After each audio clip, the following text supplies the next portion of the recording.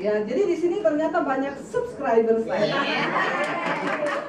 Dan yang belum subscribe, tolong channel YouTube saya Dewi Basdir TV. Saya bersyukur saudara, saya banyak terima ya inbox itu dari Malaysia, dari Hong Kong. Kemarin ada dari Malaysia yang iri, Bu, kapan ibu ke Malaysia? Masa ibu hanya ke Hong Kong? Saya bilang iya nanti ya, tunggu Tuhan suruh. Saudara, saya bersyukur kalau lewat YouTube ini ternyata banyak sekali memberkati orang. Kenapa? Karena YouTube itu bisa masuk ke kamar-kamar pribadi. Ya mungkin yang saudara punya pergumulan apa, dan saya sudah banyak mendengar ya ada orang-orang yang senang gitu, Bu, lewat channel YouTube ibu saya semakin pengen bertumbuh dekat sama Tuhan, saya pengen lagi mengejar kekudusan, saya pengen, itu yang menyenangkan Tuhan kan saudara. Oke, nama saya Dewi Basdir. Saya tidak ada hubungannya sama Abu Bakar Basir. Jadi saudara tidak usah takut. Kita minta dilahirkan? Ya, bahkan kita nggak pernah bisa memilih kan? Tuhan kan nggak pernah tanya, lu mau dilahirkan nggak? Tahu-tahu kita lahir di dunia, bahkan kita nggak pernah pilih bentuk muka yang kayak apa, nggak bisa pilih kan? Ada yang hidungnya mancung, ada yang pesek, bener nggak? Tapi disyukuri aja. Yang penting hidungmu satu, lubangnya dua menghadap ke bawah. Itu sudah normal, amin? Gak usah dimancung-mancungin. Kecuali lubangnya menghadap ke atas. Itu harus dioperasi. Bukan apa-apa kalau hujan masuk air. Mati dia bisa napas. Kalau udah begini bersyukur saja, amin? Yang kedua yang kita nggak pernah bisa pilih di hidup ini, mati. Ada di sini yang tahu tanggal matinya tanggal berapa? Nggak ada yang tahu kan? Bahkan cara matinya dengan cara apa kita kan nggak tahu kan? Kenapa kematian itu menjadi sebuah misteri dan rahasia Tuhan dalam hidup manusia? Kenapa saudara? Kita nggak dikasih tahu tanggal matinya itu kenapa? Supaya kita hidup berjaga. Jaga. Karena kita nggak pernah tahu bakal 5 menit yang akan terjadi ke depan. Bener nggak? Saya yakin tuh kalau orang dikasih tahu ya, nanti kamu itu akan mati tanggal 31 Desember 2030 seiring bubarnya Indonesia. Jangan dengar yang begitu pesimis. Indonesia akan menjadi terang bagi bangsa-bangsa. Karena ada Indonesia bubar, benar nggak? Kita lagi tidak berkampanye. Saudara, bener nggak ya? Kalau dikasih tahu tanggal mati kita tanggal 30 Desember, saya yakin tuh orang berdosa sampai tanggal 29. Bener nggak? 29 ya, nanti tanggal 28 lah, jangan sampai 29, besok udah mau mati gitu ya, 28 ya, tiba-tiba 29 mulai berubah. Tanya, hey bro, mau kemana? Haleluya. Lu kenapa jadi aneh? Shalom.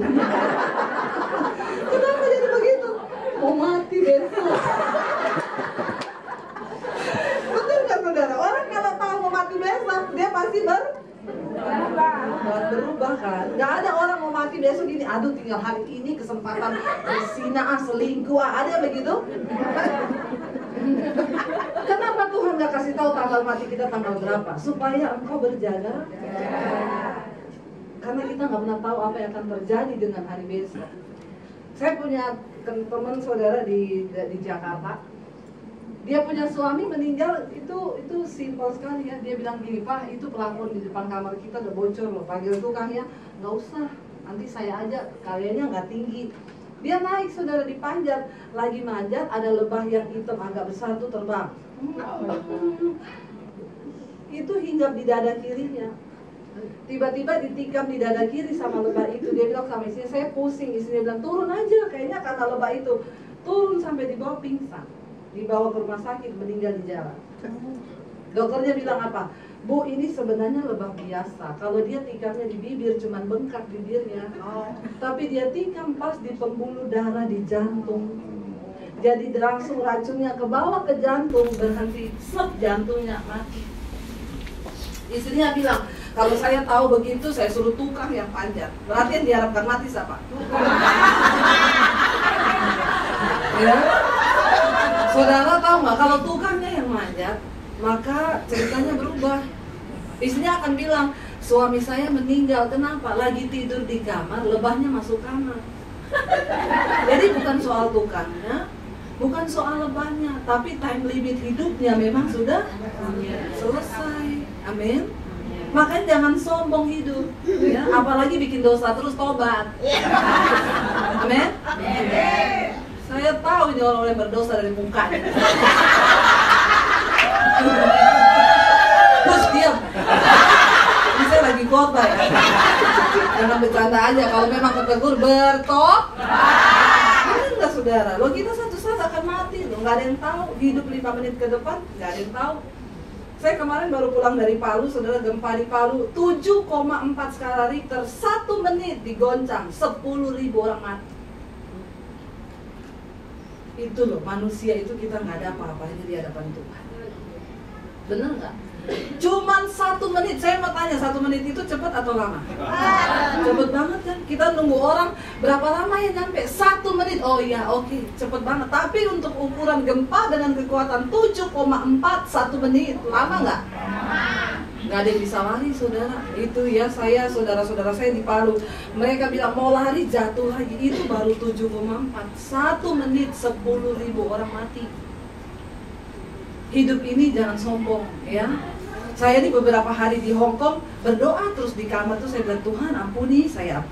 Kayaknya udah duniawi banget saya di sini. Apa saya yang terlalu kuper apa? Malam-malam itu mau tidur, aduh saya ini terlalu kedagingan kali. Bener, saya ngomong sama temen saya ngomong sama Bu Pipi, Bu, orang di Hong Kong ini kayaknya nggak ingat kiamat ya. Kita lihat loh kehidupan di sini, jalan kerja, nanti ada yang kalau ada yang doyan selingkuh tuh pada selingkuh, bersinah, jalan kerja. Ada nggak orang yang masih ingat Tuhan? Tapi saya percaya di Glow ini semua ingat Tuhan. Amin. Amin, malaikat lihat loh muka. Jangan cuma amin. Bener nggak saudara? Engkau harus menjadi pendoa syafaat buat kota ini. Amin. Berdiri di hadapan Tuhan buat kota ini. Kenapa? Tuhan bilang tidak secara kebetulan engkau ditempatkan di satu kota. Kemana engkau dibuang oleh Tuhan, berdoalah untuk kesejahteraan kota itu di hadapan Tuhan. Benar nggak saudara? Menangis buat kota ini saudara, menjerit buat kota ini. Ada begitu banyak orang yang berjalan menuju kepada kebinasaan. Lo jujur loh, saya tuh di jalan, apalagi kalau lagi nyebrang gitu dan mereka saya gini, Tuhan berapa yang masuk surga? Jangan ketawa loh, kan sedih loh, bener nggak? Kita harus punya mata dan hati Tuhan untuk melihat kota ini. Menangis buat kota ini saudara. Tanggung jawab saudara itu besar sekali di sini. Bukan secara kebetulan Anda ditempatkan di tempat ini, bener nggak? Ya, hedonismenya begitu kuat di sini ya saudara, dan Anda harus melihat dengan mata Tuhan. Akhirnya saya kecewa di rumah, saya stres, saya putus asa begitu. Lalu saya cerita ke teman-teman saya bilang gini, Deb, ya ampun, ya hidup ini singkat, lu ngapain stres? Nikmati aja dunia. Karena hidup ini cuma satu kali. Ayo nikmati dunia, gak usah stres. Kedengarannya bener ya. Tapi apa kata firman Tuhan, apa yang ada di dunia ini? 1 Yohanes pasal 2 ayat yang ke-16, kalau bisa ditayangkan. 1 Yohanes 2 ayat yang ke-16 berkata, sebab semua yang ada dalam dunia ini cuma 3 hal. Tolong dicatat baik-baik, supaya kita semua sebagai orang percaya sama Tuhan tahu apa yang ada di dunia, supaya engkau tidak tertipu dengan dunia. Kenapa? Satu saat kita semua akan tinggalkan dunia ini. Tidak ada satupun yang kau bisa bawa dari apa yang kau punya di dunia ini. Benar nggak? Engkau harus tahu ya, apa yang ada di dunia ini. Kata firman Tuhan, 1 Yohanes pasal 2, kita mulai ayat yang ke-15. 1 Yohanes 2 ayat yang ke-15 berkata begini, janganlah kamu mengasihi dunia dan apa yang ada di dalamnya. Jikalau orang mengasihi dunia, maka kasih akan Bapa tidak ada dalam diri orang itu. Ya, ini besar sekali ayatnya. Bisa digedein ya. Nanti di download itu aplikasi apa? Yang buat Alkitab jadi satu-satu ayat kayak lagu tadi ya. Ayat yang ke-15, janganlah engkau mengasihi dunia dan apa yang ada di dalamnya. Jikalau orang mengasihi dunia, maka kasih akan Bapa tidak ada dalam diri orang itu. Saudara mengasihi dunia, engkau tidak mengasihi Tuhan. Ayat yang ke-16, sebab semua yang ada di dalam dunia ini cuma 3. Yang pertama, keinginan daging. Yang kedua, keinginan mata. Yang ketiga, serta keangkuhan hidup bukanlah berasal dari Bapa, melainkan dari dunia. Ayat 17, Dan dunia ini sedang lenyap dengan segala keinginannya. Tetapi orang yang melakukan kehendak Allah akan tetap hidup sampai selama-lamanya. Katakan amin. Yang ada di dunia ini cuma 3. Yang pertama, keinginan daging. Siapa yang punya daging di sini? Semua punya daging.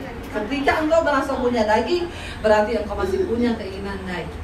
Apa itu keinginan daging? Galatia 5:19-21 berkata, sebab keinginan daging itu telah nyata percabulan, kenajisan, hawa nafsu, nafsu jahat, iri hati, kebencian, dendam, amarah, perpecahan, keserakahan, rupa-rupa kejahatan ada di dalam daging kita. Dan barang siapa yang hidup menurut daging, dia akan mati binasa. Tetapi jika oleh Roh engkau mematikan perbuatan dagingmu, maka kamu akan hidup.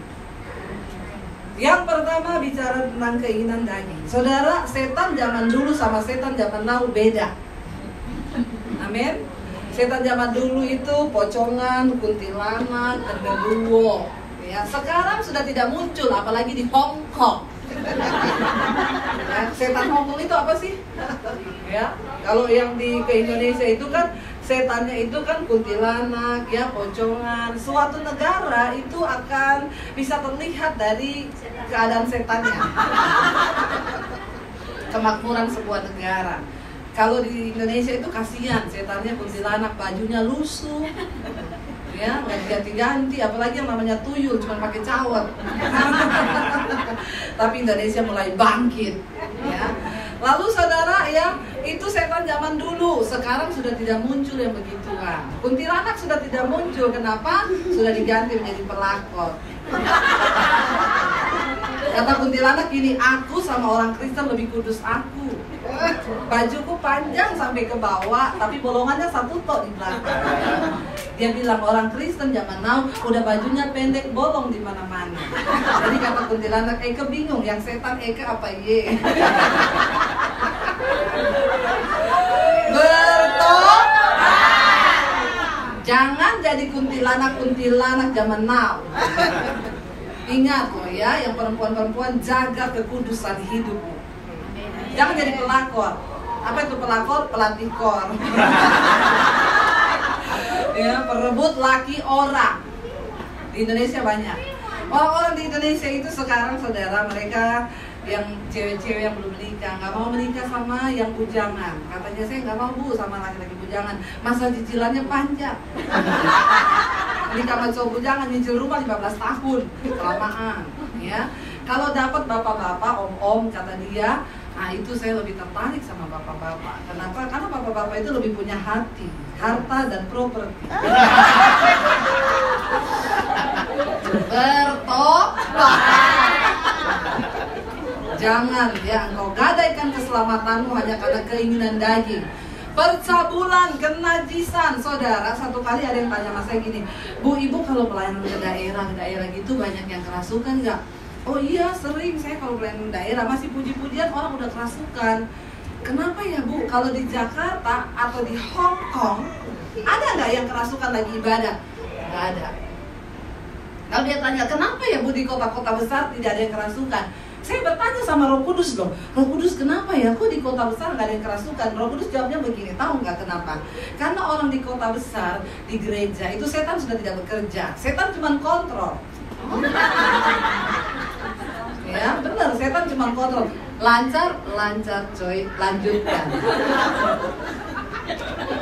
Kenapa saudara? Ya, karena setan bilang gini, kita nggak usah kerja, dagingnya aja udah pada gede. Bener nggak? Ini daging tidak ada hubungan sama setan ya. Jadi kalau ada orang yang jatuh dalam perselingkuhan, kenajisan, jangan bilang gini, gara-gara setan Bu. Kasihan setan tahu. Bener nggak? Setan sampai protes sama Tuhan, Tuhan saya udah nggak mau jadi setan. Kenapa? Manusia lebih setan dari setan. Jangan jadi setan. Ya, bertobat. Bener nggak? Apa-apa salahin setan. Kata setan gini, ih sial banget ya, enak di lu, sial di gua. Yang selingkuh lu, yang sial gua. Dagingmu itu nggak ada hubungannya sama setan. Percabulan, kenajisan, segala hal-hal kecemaran itu tidak ada hubungan sama setan, itu hubungannya sama daging. Makanya Rasul Paulus berkata, aku melatih dagingku, tubuhku ini, dan menguasainya seluruhnya, supaya jangan sampai setelah aku memberitakan Injil, aku ditolak sama Tuhan. Saudara bisa batalin, kita keselamatannya bisa batal nggak? Bisa. Bukan Tuhan yang batalin, Anda sendiri karena Anda tidak mau taat dan Anda mengikuti keinginan dagingmu. Yesus sudah mati satu kali untuk selama-lamanya. Dia menjatuhkan kutuk atas daging, saudara. Jadi engkau yang hidup, jangan lagi dikuasai oleh daging. Amin. Ya, keinginan daging di situ. Ya. Lalu di sana dikatakan yang kedua ada keinginan mata. Saya mau tanya, mata kita ini ada puasnya nggak? Biasa aja enggaknya. Nggak usah terlalu bersemangat. Ya, mata kita ini nggak ada ya. Tadinya cuma naik sepeda, pengen naik mobil, punya rumah satu, pengen rumah tiga, langsung tiga lah. Itu keinginan dagingnya. Terus langsung tiga. Ya, bener nggak ya? Pengen terus keinginan daging. Yesus bilang hati-hati. Mata adalah pelita tubuh. Jika matamu jahat, maka jahat seluruh tubuh. Jika matamu gelap, maka gelap seluruh tubuhmu. Bagaimana engkau memandang dunia ini? Orang yang memandang dunia ini adalah kekayaan materialistis, maka dia akan mengarahkan segala tenaganya untuk mencapai itu. Di Jakarta, bukan di sini. Insya Allah. Saya di Jakarta ditelepon satu wanita cantik, Bu, Ibu bisa datang ke apartemen saya nggak? Saya pengen mati, Bu, pengen bunuh diri. Jangan bunuh diri dulu, tunggu saya datang. Saya datang, saudara. Ya, apartemennya mewah di Sudirman. Dia bilang, saya sudah di lobi. Oh ya, Ibu tunggu bentar, 5 menit lagi saya nyampe. Tadi saya udah keluar sebentar beli sesuatu. Saya tunggu di lobi, dia datang pakai Mercy terbaru. Dia turun, saudara, pakai tas yang 500 juta. Pakai berlian, pokoknya dia sekali jalan 1,5 M. Sudah sama tas sama berliannya gitu ya. Lalu teman mainnya Syahrini, maju cantik, mundur cantik. Saya nggak tahu kalau kepleset cantik nggak. Ya, nggak usah dibayangkan orang kepleset. Ya, lalu dia datang, ayo Bu naik, sampai di atas. Dia kenalan sama saya bilang, kenapa? Iya Bu, aduh Bu, ya saya tuh dengerin khotbah Ibu, kayaknya saya ditampar-tampar deh. Kenapa? Ibu, saya mau ngaku sama Ibu, saya ini peliharaan. Saya kaget, kenapa ada perempuan cantik dipelihara. Biasanya kan yang dipelihara itu apa, saudara? Anjing atau kucing, ya. Makanannya kan dog food ya. Kalau wanita cantik makanannya apa? Dipelihara. Lalu saya bilang sama dia, kamu itu hidup dalam kemunafikan ya. Mercy terbaru, tas 500 juta, berlian ratusan juta, tapi kamu hidup dalam kemunafikan. Saya tahu jiwamu tuh gak bahagia.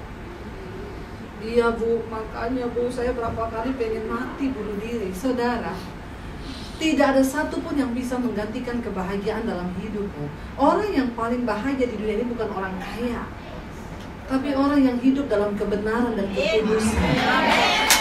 Amin. Benar, engkau hidup dalam kebenaran, dalam kekudusan.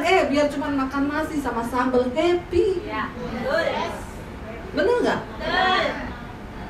Pengalaman ya? Yang tiap hari makan nasi sama sambal.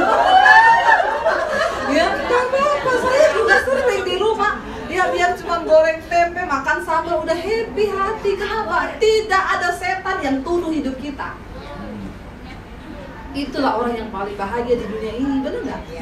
Ketimbang orang kaya makan di restoran mewah, ada dosa, stres otak, mati. Iya, benar. Pengen mati, bunuh diri. Saya bilang, kamu menipu diri sendiri. Untuk apa engkau beroleh dunia dan segala isinya, tapi engkau kehilangan nyawamu?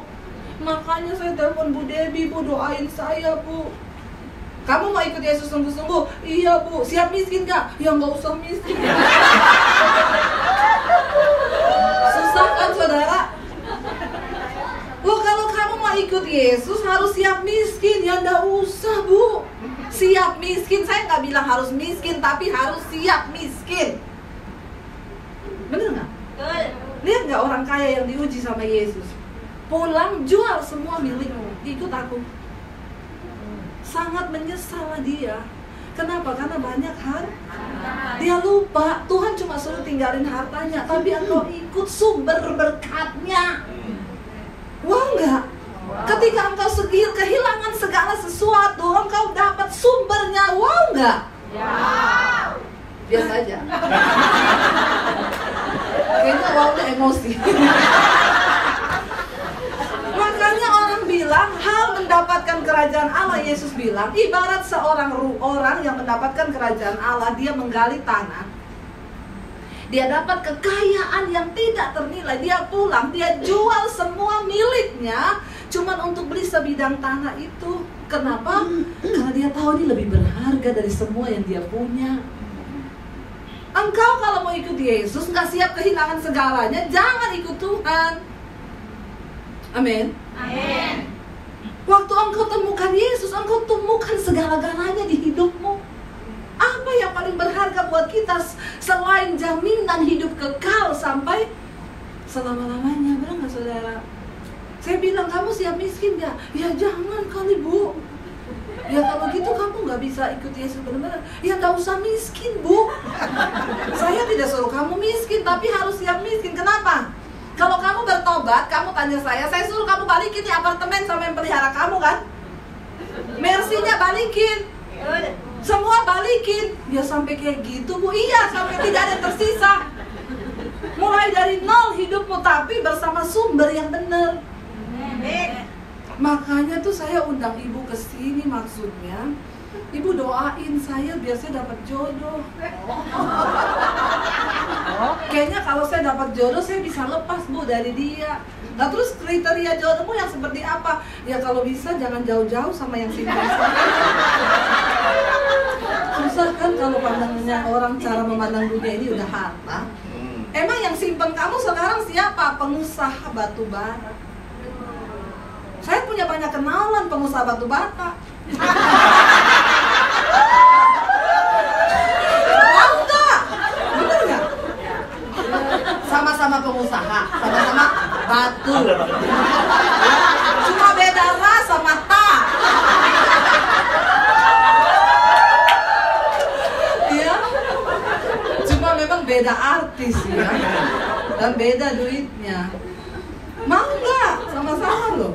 Ya jangan gitu dong, susah saudara. Orang ya, itu loh Yesus bilang, kalau orang itu sudah matanya memandang dunia ini kekayaan, biar dia dengar firman, takut sih dia, tapi nggak bisa bertindak. Kenapa? Hatinya itu, makanya Yesus itu sampai mensejajarkan dirinya dengan Mammon loh. Tidak ada hal lain yang Yesus sejajarkan. Dia bilang, kau tidak bisa mengabdi pada Tuhan dan pada Mammon. Karena Mammon bisa menggantikan posisi Tuhan dalam hati kita. Dan itu beda tipis, ya. Iya, itu ada keinginan mata. Saudara, hati-hati dengan matamu. Apa yang kau lihat itu akan menentukan hidupmu ke depan. Kalau engkau memandang dunia ini hanya tempat persinggahan, kita semua tidak akan lama di dunia ini. Alkitab bilang kalau engkau kuat ya sampai 70. Ya, hidup umur manusia itu kan menyusut terus kan saudara. Dari dulu 600 tahun, wah zamannya Abraham 700, Nuh, terus turun karena dosa. Sekarang Alkitab bilang 70. Ada yang kuat bertahan sampai 80, 100. Ya, tapi itu pun kebanggaannya sakit penyakit dan penderitaan. Saya di Jakarta ketemu 2 orang umur 100, dua-dua minta didoakan biar mati. Bener, Bu, doakan Bu. Umur berapa Oma? Ulang tahun 106. Wih, dahsyat ya Oma. Iya, 106. Jadi sekarang mau didoakan apa Oma? Pengen mati. Doakan biar mati. Ya saya kan gak mungkin mendoakan dia dalam nama Yesus matilah kau. Gak bisa kan. Makanya juga kalau minta umur jangan terlalu panjang-panjang. Nanti rempong sendiri, benar nggak? Ya, kalau nggak bisa mati rempong juga loh. Ternyata kematian itu Alkitab bilang sebuah keuntungan. Kenapa? Karena orang kalau nggak mati-mati sisa. Siapa yang udah siap mati? Saya mau tahu di sini yang sudah siap mati angkat tangan. Yang belum siap mati angkat tangan. Yang bingung angkat kaki. Kayaknya banyak yang bingung. Saudara, engkau siap atau tidak siap kalau waktunya tiba? Kita nggak bisa ngomong tidak, ya. Kalau waktunya tiba, dipanggil pulang harus pulang, ya. Nggak bisa bilang tidak. Jadi daripada tidak siap, lebih baik siap. Ya, mempersiapkan diri itu bukan pergi beli baju putih, ya, pesan peti putih, bukan, ya. Putihkan hidupmu, putihkan hatimu. Kalau masih ada kepahitan, dendam sama orang, lepaskan dalam nama Yesus. Kejar kekudusan. Yang masih terikat dengan kenajisan, percabulan, ya, perselingkuhan, buang di dalam nama Yesus, ya. Tinggalkan itu semua, saudara. Itu keinginan daging, ya, keinginan mata, dan keangkuhan hidup. Nah, ini yang ada di dunia. Yang ketiga, kesombongan. Ada yang bilang sama saya, itu Bu, mentang-mentang kaya, sombong banget. Jangankan orang kaya, miskin sombong aja banyak. Bener gak? Orang kaya mah sombong biasa, namanya juga orang kaya. Miskin sombong aja banyak, bener gak? Ya, jadi manusia itu mau kaya mau miskin, kita semua punya bakat sombong. Tapi Alkitab bilang Tuhan menentang orang yang sombong. Gak usah sombong-sombong lah. Kita semua ini sama kok, ya. Mau kaya mau miskin nanti mati, ya, kembali jadi tanah. Kita semua sama, tercipta dari tanah. Tapi kalau hidupmu terlalu banyak masalah, jangan-jangan engkau dicipta dari tanah sengketa. Harus didoakan pelepasan ini. Ya. Jadi saudara, kita berdoa, ya, nggak usah sombong. Kadang-kadang karena kesombongan banyak orang menyiksa diri, ya. Ingat loh, Alkitab hukum fisika bilang tekanan itu berbanding lurus sama gaya. Hidup itu murah, yang mahal itu apa? Gaya. Tapi ingat, hukum fisika bilang tekanan berbanding lurus dengan gaya. Artinya semakin banyak gayamu, semakin banyak tekananmu. Jadi bilang kanan kiri, nggak usah banyak gaya, biar tidak banyak tekanan. Benar nggak? Ya, itu hukum fisika yang alkitabiah. Tekanan berbanding lurus sama gaya. Makin banyak gaya, makin banyak tekanan. Jadi tidak usah banyak gaya. Hidup biasa aja, amin. Saudara tahu orang yang berbuat dosa itu nggak mungkin bahagia hidupnya. Hampa. Ya, pada akhirnya apa yang kita temukan? Ya, nggak ada apa-apa, ternyata cuman kehancuran. Karena iblis itu datang untuk mencuri, membunuh, dan membinasakan. Akhirnya pada ujungnya apa? Pengen mati. Ya, pengen bunuh diri. Ada yang sudah pernah mengalami itu? Ya, banyak pasti, ya. Bener, kita dapat kehampaan, gak dapat apa-apa. Saya nggak dapat kasih sayang, lalu pengen mati, bunuh diri. Saat itu saya bertanya, Tuhan, Engkau tuh kurang kerjaan banget sih ciptakan saya ke dunia. Ngapain lu ciptakan saya cuma untuk mati, bunuh diri? Apalagi saya nggak kenal Tuhan. Ya, saudara, yang kita butuhkan tuh bukan agama sebenarnya, tapi Tuhan yang benar. Karena tidak ada satupun agama yang bisa menyelamatkan orang, termasuk agama Kristen. Yesus berkata, bukan setiap orang yang berseru padaku Tuhan, Tuhan akan masuk dalam kerajaan sorga, tetapi mereka yang melakukan kehendak Bapa. Apa yang kita butuhkan? Tuhan yang benar. Dan Yesus adalah Tuhan yang benar buat setiap kita umat manusia. Akhirnya saudara, saya mau bunuh diri, saya cerita sama teman saya, dia bilang ini gitu dunia hancur, makin hancur, pengen mati, bunuh diri. Lalu saya mulai bertanya, Tuhan, saya tahu Tuhan itu ada dan cuma satu. Agama boleh ada 5 atau 10, tapi Tuhan yang benar itu cuma satu. Saya pengen ketemu Tuhan yang benar itu sebelum saya mati. Saya tahu kalau saya bunuh diri, Tuhan pasti puas ya, seneng ya, saya masuk neraka. Kan kurang kerjaan banget kan? Kalau kita pikir-pikir, ngapain sih Tuhan ciptakan kita, lalu kita berdosa, lalu masuk neraka kan? Saya tanpa pemahaman yang benar, saya stres, bukan cuma keluarga yang saya salahin, Tuhan juga saya marahin. Ya, itu orang stres tingkat tinggi, saudara. Lalu saya pengen mati bunuh diri, saya udah tulis surat sama orang tua saya minta maaf, tapi nanti saya ada banyak dosa gini-gini, saya pengen mati. Kalau saya mati tolong ampuni dosa-dosa saya. Malam itu saya bilang, Tuhan sebelum saya mati, saya pengen ketemu Tuhan yang benar. Lalu malam itu saya dilawat Roh Kudus, singkat cerita aja. Ya, saya dilawat Roh Kudus, saya bertobat. Ya, saya nangis malam itu hampir 1 jam, cuman menangis pertobatan minta ampun. Akhirnya saya cari gereja. Saya cari gereja, saudara, ya pelan-pelan saya cari gereja nyanyi-nyanyi karena saya suka nyanyi. Saya cari gereja nyanyi-nyanyi, saya masuk ke satu gereja. Ya, asyirnya itu begini, shalom. Masuk, belok kanan, belok kiri, duduk pojok. Saya tuh pikir ini asyir apa tukang parkir. Ya, jadi tolong ya di sini ya, yang asyir-asyir, Anda itu harus sigap melihat orang datang disambut, apalagi orang baru, bener nggak? Saya datang duduk diam pulang. Tolong kalau yang nggak bisa senyum jangan jadi asyir. Kayak muka-mukanya tampaknya sangar begitu ya. Mending Anda jadi pembawa kolektan saja. Jadi cocok itu, karena wajah Anda mengintimidasi. Ya benar nggak saudara ya? Jangan sampai gini, orang tuh datang dari rumah kadang bawa masalah kan, ketemu asyir yang diurapi Tuhan, senyumnya itu ya shalom ibu, shalom bapak, orang masih di depan rontok udah masalahnya. Tapi kalau ketemu asyir yang tidak diurapi Tuhan, apalagi nggak bisa senyum, dia datang orang nggak ada masalah, lihat mukanya bermasalah. Benar nggak saudara? Kalau nggak bisa senyum, jadi tukang pembawa kolektor. Karena Anda punya roh mengintimidasi. Nah, jadi kalau ada gini, orang mau kasih istimewa pun, iya pak, saya tunggu. Ya, saya datang di gereja itu, saya datang duduk diam pulang, nggak dapat apa-apa. Saya minggu depannya, saya cari gereja lain. Lalu saya keliling-keliling, nah dapat tuh gereja. Masih dari jauh orangnya udah senyum. Begitu dekat saya, dia gini, shalom, orang baru ya. Saya langsung gini, kok tahu?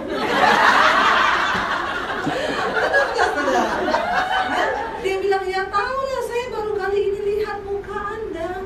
Loh itu asyir itu. Jadi setiap orang berfungsi di dalam gereja sesuai karunia. Kalau bukan karunianya, pincang itu gereja. Masa kepala pengen jadi kaki? Lu mau jalan pakai kepala? Ya. Ada juga kaki pengen jadi kepala, masa mikir pakai dengkul? Bener nggak? Ya, harus berfungsi sesuai karunia. Akhirnya saya bilang, saya ini dari Muslim, tapi saya pengen kenal Tuhan Yesus. Duduk di sini ya, duduk di sini, jangan pindah-pindah. Nanti selesai saya jadi asyir, saya temenin ya, duduk di sini. Saya mau ke toilet, dikawal sama dia. Karena apa? Dia takut saya hilang. Karena dia tahu 1 jiwa bertobat, seisi surga bersorak. Bagaimana Anda bisa membuat surga bersorak? Selamatkan jiwa yang di luar sana. Nanti siang saya berharap semua ini ikut seminar ya, tentang bagaimana kita menunaikan amanat agung. Gereja yang sudah tidak berbicara tentang amanat agung itu gereja yang mati. Anda harus keluar saudara, karena Anda diselamatkan bukan untuk Anda nikmati sendiri. Kita diselamatkan untuk menyelamatkan banyak orang, amin. Karena tidak ada satupun yang akan terima mahkota selain engkau bawa jiwa. Itu aja saudara, nanti kita akan banyak bicara. Akhirnya saudara, saya bilang saya orang Muslim, saya pulang dikasih Alkitab saudara. Nanti baca ya di rumah. Kalau mau tanya-tanya apa-apa, nanti jam 2 siang itu kita setiap hari ada doa syafaat di sini. Kalau mau tanya-tanya soal Alkitab, nanti datang tanya, kita jawab. Saya datang saudara, lapar dan haus akan Tuhan. Saya baca Alkitab 1 hari 6 sampai 7 jam. Saya yakin itu orang Kristen tidak mengalami. Ya, bagaimana mungkin membaca saja engkau sulit? Yang baca Alkitab tiap hari, ya. 1 ayat saja saudara baca. Lakukan 1 ayat itu 1 hari. Susah nggak? Ya.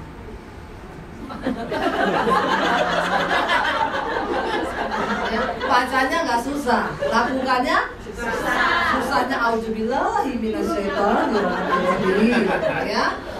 Lakukannya susah, misalnya mengucap syukurlah dalam segala hal. 1 ayat ini tiap hari mengucap syukur. Ketemu orang udah bikin jengkel, mengucap syukur. Benar nggak? Lo melakukan firman tuh kayak begitu. Ya, ketemu lagi orang, dengar kamu tahu nggak? Itu orang cerita kamu mengucap syukur. Menjadi Kristen itu melatih diri, melakukan firman itu tidak semudah yang Anda bilang-bilang itu. Makanya saya itu kadang dengar orang Kristen itu terlalu alay. Saya setiap hari 10 pasal saya lahap. Dalam hati lahap. Ya, yang dilakukan berapa? Ya, baca 1 aja, lakukan 1. Ya, bersukacitalah senantiasa, karena itulah yang dikehendaki oleh Tuhan Allahmu. 1 hari sukacita, gampang apa susah? Susah. Ya, lihat muka teman aja udah dongkol. Bener nggak? Bagaimana bersukacita? Lihat muka suami kadang pengen marah. Ya, itu loh saudara, hati-hati. Jangan sampai setan lebih rohani dari kita. Bener nggak? Di dalam Yakobus dikatakan begini, engkau percaya hanya ada 1 Allah saja, setan juga percaya akan hal itu. Jadi kalau imanmu cuma iman percaya, berarti sama levelnya sama setan. Sama siapa? Ngomong setannya biasa aja, nggak usah sambil liatin saya. Bertobat ini orang, setan. Saya baptis ulang loh. Saya rendam 15 menit aja. Begitu buka mata langsung di rumah Bapak di sana. Saudara, ya Alkitab bilang kalau engkau cuma percaya, setan juga percaya. Apa yang membedakan kita sama setan? Sama-sama percaya loh. Kita mau melakukan kehendak Tuhan, setan tidak akan pernah mungkin melakukan kehendak Tuhan. Jadi kalau engkau cuma punya iman percaya sama Tuhan, tapi engkau tidak melakukan firman Tuhan, berarti sama dengan setan. Tanya kanan kiri lu setan.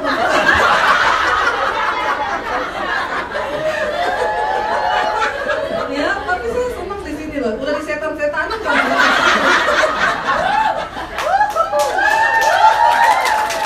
Nggak usah tepuk tangan. Yang penting bertobat. Benar nggak? Amin. Ya, jangan sampai 1 kali ada pendeta lewat di kuburan, saudara. Saking ketakutannya tuh pendeta, dia tegang kan, pendeta juga manusia. Ini ayat selalu dipakai oleh hamba Tuhan untuk berlindung di balik kelemahannya.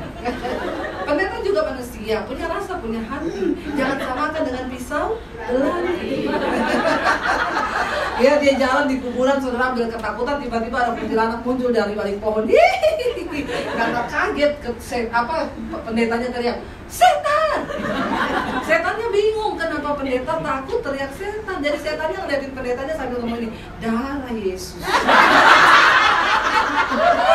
Berarti lebih rohani siapa? Nah, ini pendeta mungkin di rumah kalau lihat istri setan, lihat anak setan, terbiasa ngomong setan. Jadi waktu dia setan, harusnya pendeta kan kalau takut ngomongnya apa? Darah Yesus, ya, bener nggak? Kalau lagi apa? Darah Yesus. Masa takut setan? Jadi setan ini darah Yesus. Itu pernah terjadi, saudara, di satu gereja. Lagi ada perayaan, saya datang lebih awal. Ada worship leadernya, ibu-ibu 2 lagi nata-nata kue. Tiba-tiba kuenya jatuh, latah. Kuenya jatuh, setan yang monyong isi. Saya jauhin ibunya, Bu. Ibu tadi waktu jatuh latah ngomong setan. Setan yang lihat ibu ngomong ini, darah Yesus. Anda di gereja mau rohani kayak apa? Di luar sana setan lihat hidupmu. Kitab Ibrani berkata, di sekeliling kita tuh banyak saksi. Bukan hanya mata Tuhan yang melihat hidupmu, tapi setan juga mengawasi engkau. Kita nggak bisa lihat setan, tapi setan bisa lihat kita. Jadi mau hebat-hebat di sini nyanyi ya, bangkit, serukan nama Yesus. Di luar sana, monyong setan. Setan yang ngomong itu teman kita juga. Gak apa-apa, dia ke gereja terus biarin aja. Teman kita seperguruan. Apa itu hidup Kristen? Apa itu ibadah yang sejati waktu engkau keluar dari pintu gereja? Bagaimana hidupmu di luar sana? Walaupun gak ada yang lihat, tapi mata Tuhan melihat. Jangan bikin malu setan, jangan bikin malu Tuhan di hadapan setan, tapi bikin malu setan di hadapan Tuhan. Amin. Ingat gak peristiwa Ayub? Dia bilang, setannya bilang, Tuhan, ya, Tuhan tanya, dari mana kamu, Tan? Dari keliling-keliling dunia. Jadi setan itu kerjaannya keliling-keliling dunia. Ngapain? Ya, melihat-lihat anak manusia. Siapa tahu ada yang bisa dicobai. Terus Tuhan tanya, kamu udah lihat Ayub? Udah Tuhan. Setia kan? Hidup kudus kan? Tidak bercela. Setannya ngomong, iya karena engkau lindungi semua kekayaannya. Coba kasih saya jamah. Berarti kan setan itu melihat hidup kita kan? Jadi jangan cuma jadi Kristen di gereja. Engkau pulang bagaimana kehidupanmu di luar sana, itulah kekristenan. Ini saya sampai jam berapa?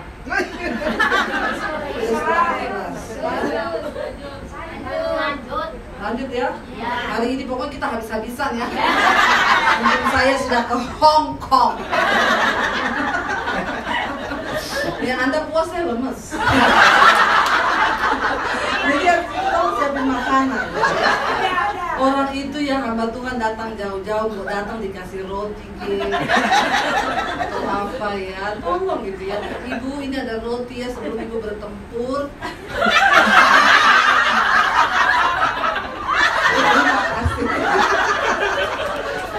Ya, harus ada pasangannya kan. Ini terlalu berani. Ya. Iya saudara, pokoknya saya juga maulah memberkati ya, biar pas saya ada di sini. Lalu saudara, sampai di mana tadi? Iya, setan itu, ya dia berjalan berkeliling lihat hidup kita. Jadi kalau engkau rohani di gereja, saya pernah konseling ada 2 orang suami istri di Jakarta, ya wakil gembala di satu gereja, berantem cakar-cakaran. Ya, istrinya biru-biru digebukin, suaminya pipinya ini ada bekas cakaran semua. Saya tanya, Pak itu pipi kenapa? Dicakar istri saya. Karena istrinya setiap bulan tuh pedicure. Jadi buat nyakar suami. Saya bilang sama mereka gini, Bapak Ibu waktu kalian berantem, tahu nggak? Selain Tuhan yang melihat, setan juga melihat hidupmu. Jadi engkau tuh bikin malu Tuhan di hadapan setan. Ya. Setan bilang, Tuhan wakil gembalamu tuh ya, berantem tuh lihat pukul-pukulan. Makanya saya bilang orang itu yang hebat-hebat bahasa roh, jangan cuma di gereja sih. Waktu di rumah mau berantem, pakailah itu bahasa roh. Benar nggak? Mau berantem sama suami, memang kamu suami itu dahsyat itu. Jangan cuma di gereja udah sampai langit ke-7, sampai malaikat juga keriting dengarnya. Ya di rumah tuh dipraktekkan, diterima. Amin ibu-ibu, bapak-bapak. Ya, jadi kita ini jangan cuma jadi Kristen teori ya. Kenapa? Karena setan lihat hidupmu loh. Gerak-gerikmu tuh setan lihat. Ini sudah sampai di tadi ya, ini luar biasa ya. Jikalau orang mengasihi dunia dan ada, ya coba tolong ayat yang tadi, yang ayat 16 saudara, ya kesombongan itu tadi ya, serta keangkuhan hidup bukan berasal dari Bapa, melainkan dari dunia. Akhirnya saya terima Yesus, saya mulai bertumbuh dalam iman. Saudara, kekristenan itu bicara tentang engkau mengenal Tuhan, engkau jadi murid Kristus, lalu hidupmu berubah. Ya, mau sehebat apapun karuniamu, sorry ya, kalau karaktermu tidak berubah, ya nggak usah ngomong. Ya, mau lu pendeta, gembala, 50.000, 10.000, ya kalau karaktermu nggak berubah, percuma. Yang paling tahu kita ini berubah atau tidak orang terdekat kita. Saya selalu tanya sama suami saya ini udah berubah apa belum? Karena dia mengenal saya, hampir 20 tahun kami menikah. Dia yang tahu bagaimana karakter saya, benar gak saudara? Nggak ada orang lain yang lebih, saya bisa hebat di mimbar, tapi kan karakter saya di rumah siapa yang tahu? Ya suami saya kan. Makanya saya selalu bilang pernikahan itu adalah menggenapi rencana Tuhan. Kita dibentuk, ya kalau ada orang bilang, saya selalu bilang gini, jangan pernah membangun pernikahan di atas dasar cinta. Cinta itu prayer. Bener nggak? Makanya ada pepatah bilang makan tuh cinta. Ya, karakter itu dibentuk, membangun pernikahan itu di atas dasar kasih. Karena cinta itu cenderung menuntut. Kalau yang dituntut sudah habis, maka cinta pun habis. Ada uang abang di saya. Tidak ada uang abang di saya. Hafal semua. Semangat lagi, tendang. Tobat. Ya, tapi kalau kasih itu lebih cenderung memberi, berkorban tanpa berharap kembali. Ini yang harus kita punya dalam pernikahan. Cari orang cocok di dunia ini. Kalau ada orang saya ketemu belum menikah ya, belum Bu. Kenapa? Belum ketemu yang cocok. Saya kasih selamat tidak menikah seumur hidup. Cari orang yang cocok ada nggak? Ada. Ya, nggak ada yang cocok di dunia ini, saudara. Ya, saya itu ketemu suami saya orang Solo, saya Solo. Jadi saudara bisa bayangkan perbedaan kami. Orang Solo itu kalau ngomong pelan, nadanya pelan, rendah, banyak berhentinya. Nyaris tak terdengar. Orang Sulawesi kalau ngomong nadanya tinggi, nggak bisa berhenti, non rem. Ya, nadanya tinggi, ngomong terus. Jadi pertama kami menikah, kita nih ketemunya di gereja loh.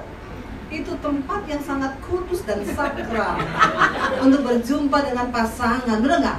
Kan bagus ditanya, nikah dulu ketemu di mana Pak Bu? Di gereja. Wow banget kan? Daripada ketemu di mana? Di stasiun kereta. Ini agak gimana gitu. Lalu ketemu di mana? Di angkot, ya di bus, kayaknya agak gimana. Ya udah, saya pikir dulu gini. Yes, menikah sama orang gereja, pelayan Tuhan, pasti kita punya pernikahan wow dan luar biasa. Pertama kali kita menikah, mulai tinggal bareng, tidur bareng, ya, saudara, ya, benar ya. Jadi saya pikir dulu, wow, luar biasa ya. Ternyata masalah nomor satu di dalam sebuah hubungan itu adalah komunikasi. Begitu komunikasi rusak, maka hubungan itu rusak. Makanya harus ada komunikasi, apalagi suami istri.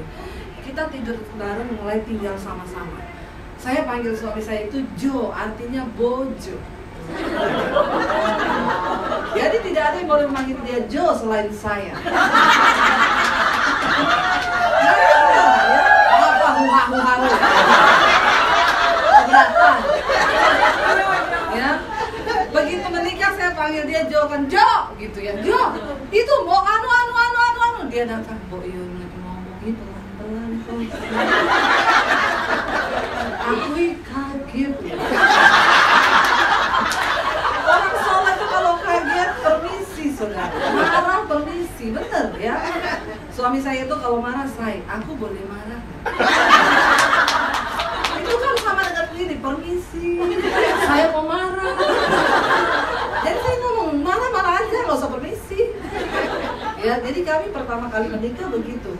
Jo itu anu. Ya, Boyun, ojo nesu. Saya bilang, aku nih ndak nesu loh. Tapi nadamu itu nesu. Ayah yang kio, aku bener-bener nesu saya ini.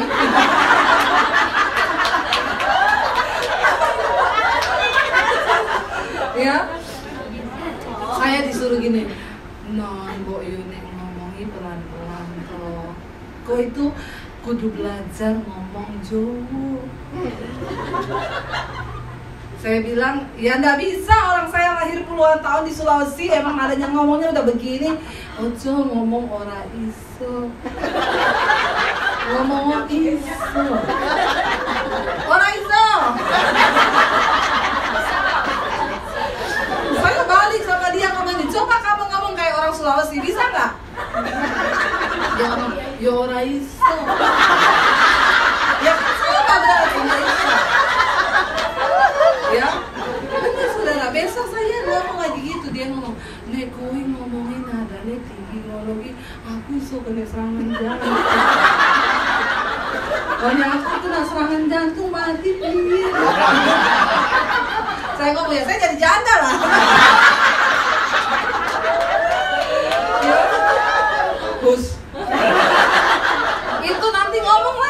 mbok kowe iki ngomongi kaya wong Solo kuwi lho.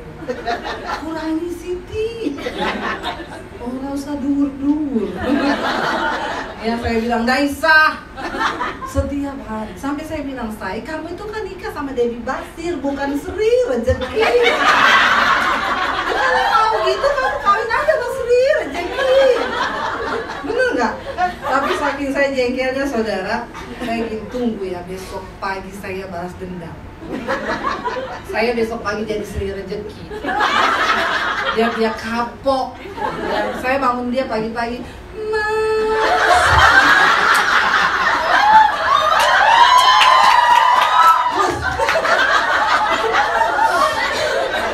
Saya bangunin dia, "Mas, pripun? Panjenengan alam dahasa iki bapi. Wes kula cepak kita." Dia bangun gini, "Ngopo non?" Dia kaget, ini Sri Rezeki dari mana? Ya, saya bilang, "Monggo Mas." Dia bilang, "Non, biasa wae." Saya bilang, "Boten napa-napa." Saudara tahu satu hari dari pagi sampai malam saya ngomong begitu. "Ayo Mas, kenapa begini?" Ya, terus apakah kita jadi cocok? Yang ada, saya mau sinting, dia mau gila.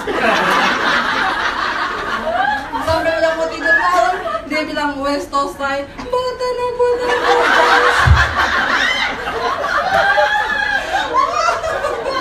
Akhirnya dia nyanyi sama saya ngomong gini, "Benar ku mencintaimu, tapi tak begini." Akhirnya saya tanya, "Jadi sekarang mau nikah sama Debbie Basir atau Sri Rezeki?" Sama Debbie Basir aja. Saudara, sampai hari ini kita berdua ini nggak cocok. Bener, omong kosong kalau ada orang bilang dia suami istri itu cocok, bohong. Apa yang bisa mencocokkan kita cuma satu, firman Tuhan. Waktu istri tunduk kepada firman, suami tunduk kepada firman, jadi cocok. Ada orang lahir saudara, dia kembar siam, badannya satu, kepalanya dua. Mamanya ditanya waktu besarkan mereka ada kendala, waktu masih kecil tidak ada kendala. Tapi ketika mulai dewasa ada kendala. Kenapa? Kepala yang satu pengen pakai baju merah, kepala yang satu pengen pakai baju biru. Berantem, gigit-gigitan.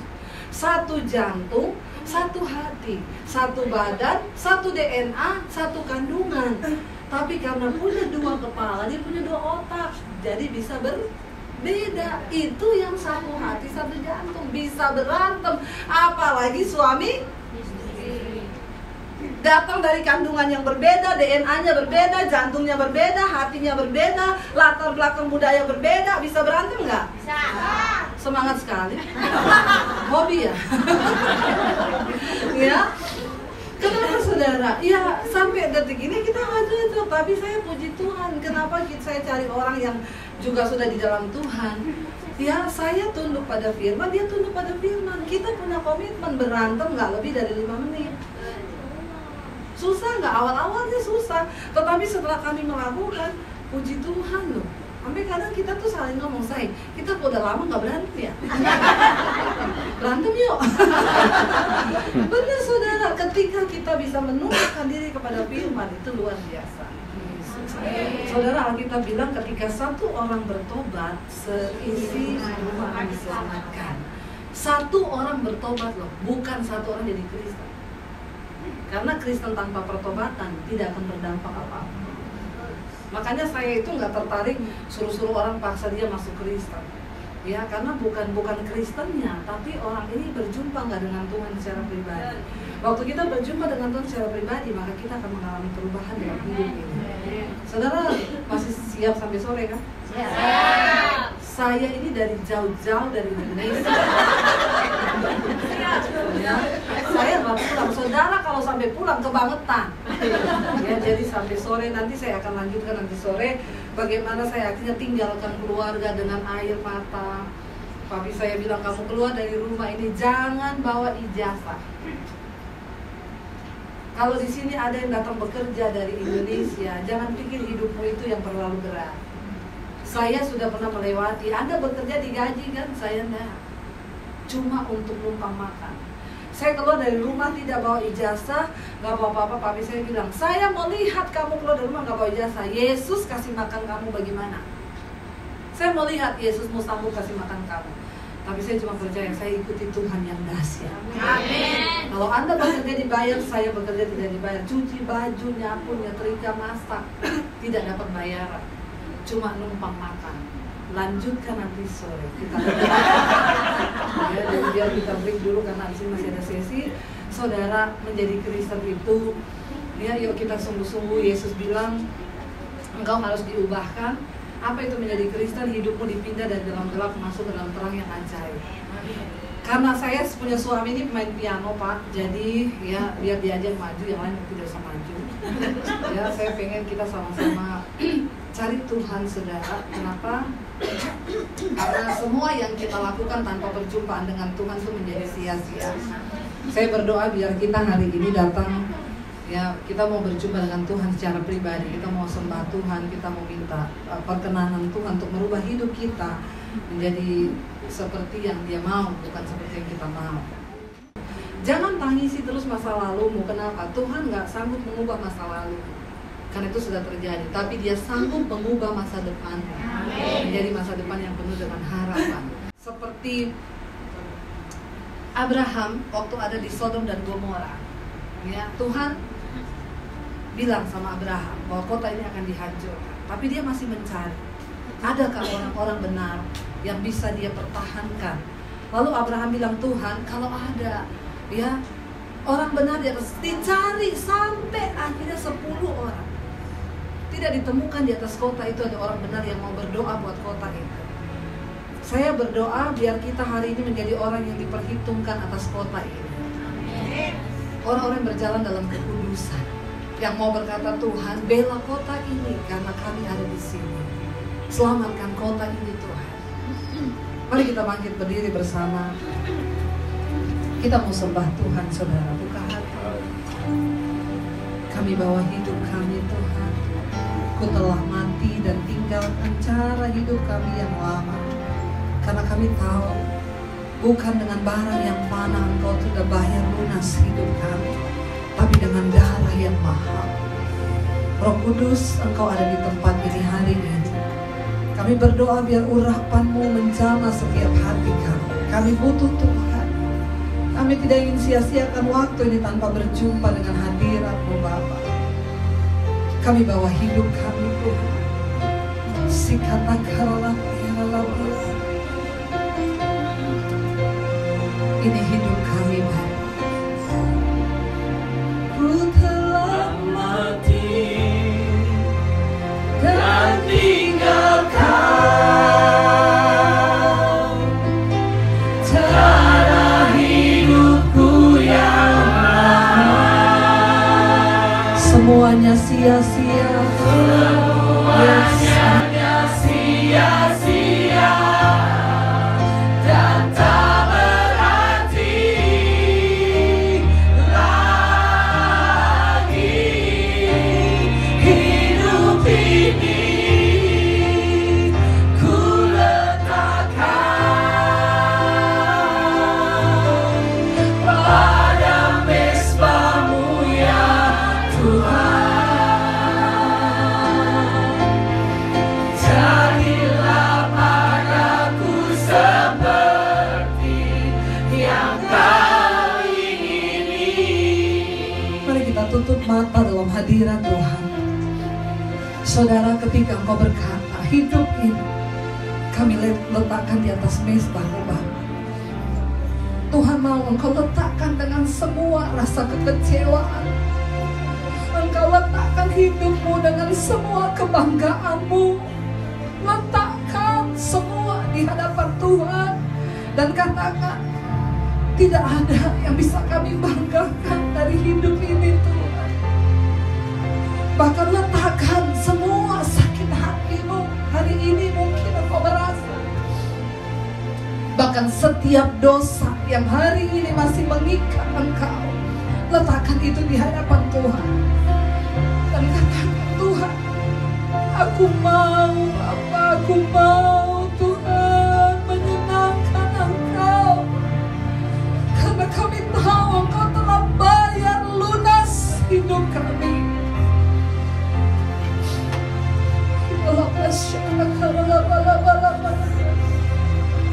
Kami tahu Engkau ada di tengah kami saat ini, Tuhan.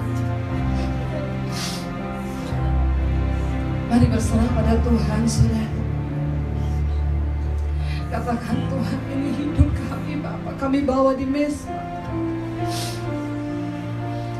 Mungkin Engkau diizinkan melewati pengalaman-pengalaman yang tidak enak di hidup ini. Bahkan ketika Engkau sudah melayani Tuhan, bahkan ketika Engkau sudah mengiring Tuhan, Engkau akan diizinkan mengalami hal-hal. Engkau difitnah, Engkau disakiti, bahkan Engkau masih jatuh bangun di dalam dosa. Hari ini Tuhan tidak cari orang yang mampu, tapi Dia cari orang yang mau, yang sungguh-sungguh berserah kepada Dia. Katakan, ini hidup kami, Tuhan. Kami datang berserah hari ini, Bapak. Kami tahu kami ada di tempat ini bukan secara kebetulan.